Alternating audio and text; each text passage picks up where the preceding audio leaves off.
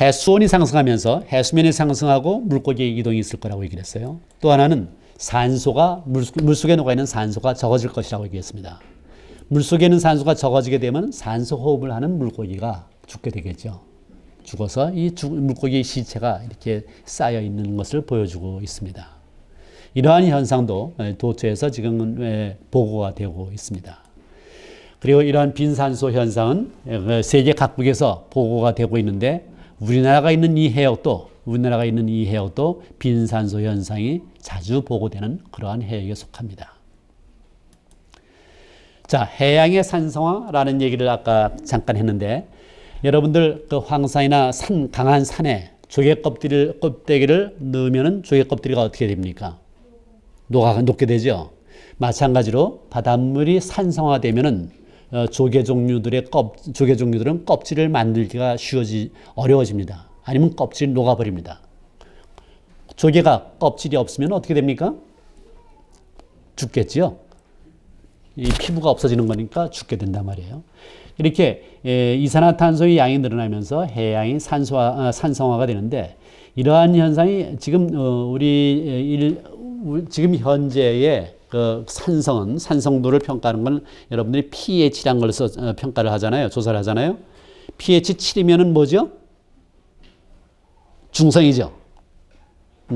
그리고 pH 7보다 낮으면 우리가 산성이라고 하고 높으면 알칼리성이라고 하죠.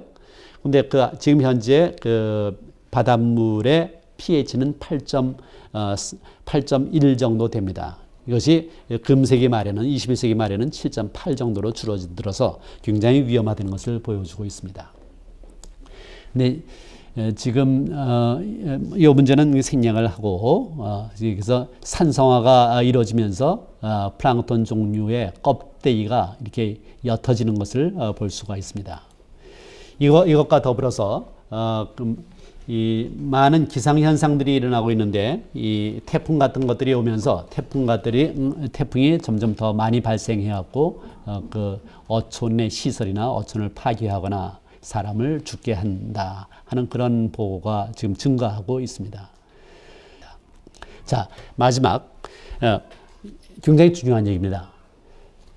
우리나라가 위치한 이 바다, 우리나라는 북서태평양에 위치해 있습니다.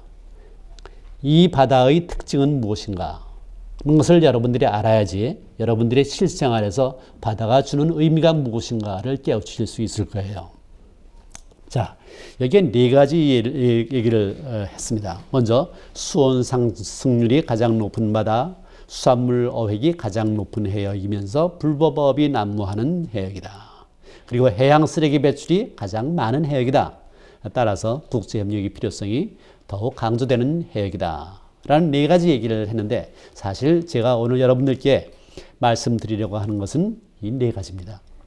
이렇게 우리나라가 위치한 북서태평양 해역이 세계적으로 아주 독특한 해역이면서 우리가 신경을 많이 써야 된다. 그것이 여러분들의 삶과 우리 국가의 발전에 가장 중요한 요인이 될 거다 하는 얘기입니다. 자, 여러분들 그림을 보십시오. 이 그림을 보면 빨간색이 있고 청색이 있어요. 이 청색은 지난 25년 사이에 수온이 내려간 지역이고 빨간색은 가장 수온이 높이 올라간 지역입니다. 우리나라가 지금 어디 있냐면 여기에 있습니다. 우리나라가 여기에 있는데 이 해역은 북서태평양에 해당되는 지역으로서 세계에서 빨간색으로 표시한 해역이 많지 않은데 그 중에 하나입니다. 그러니까 우리나라 해역은 따뜻해지는 속도가 가장 빠르다. 세계의 해역에서 가장 빠른 해역이었다. 라고 생각을 하세요. 그리고 우리나라가 있는 이 해역에서 굉장히 많은 수산물이 생산된다.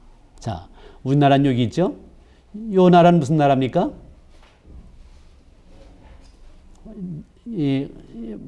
보이나요? 제가 표시한 게? 안 보입니다. 안 보여요? 저는 보이는 줄 알았는데 제가 일본 해역을 지금 보여주고 있고 여기는 중국 해역입니다. 그러니까 우리나라가 있는 북서태평양 해역은 여러 나라가 있는데 한국, 중국, 일본, 러시아 이 주로 네 나라가 잡는 어획량이 세계의 바다에서 잡는 어획량의 4분의 1 정도가 됩니다.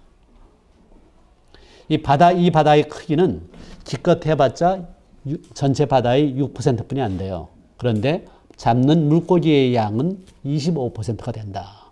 그러니까 굉장히 많은 물고기 생산이 일어나고 있는 바다다라는 얘기를 할 수가 있습니다. 물론 우리나라에서의 그 물고기 생산량은 그렇게 아주 높지는 않습니다만 특히 중국이 많이 잡죠. 중국이 많이 잡고 있고 일본과 러시아가 많이 잡고 있습니다.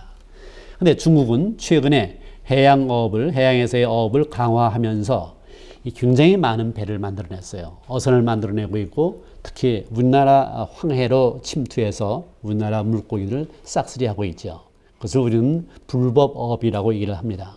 중국의 불법 어선단들이 이렇게 어마어마하게 많은 불법 어선단들이 우리나라 해역에 와서 물고기를 낚아가고 있습니다.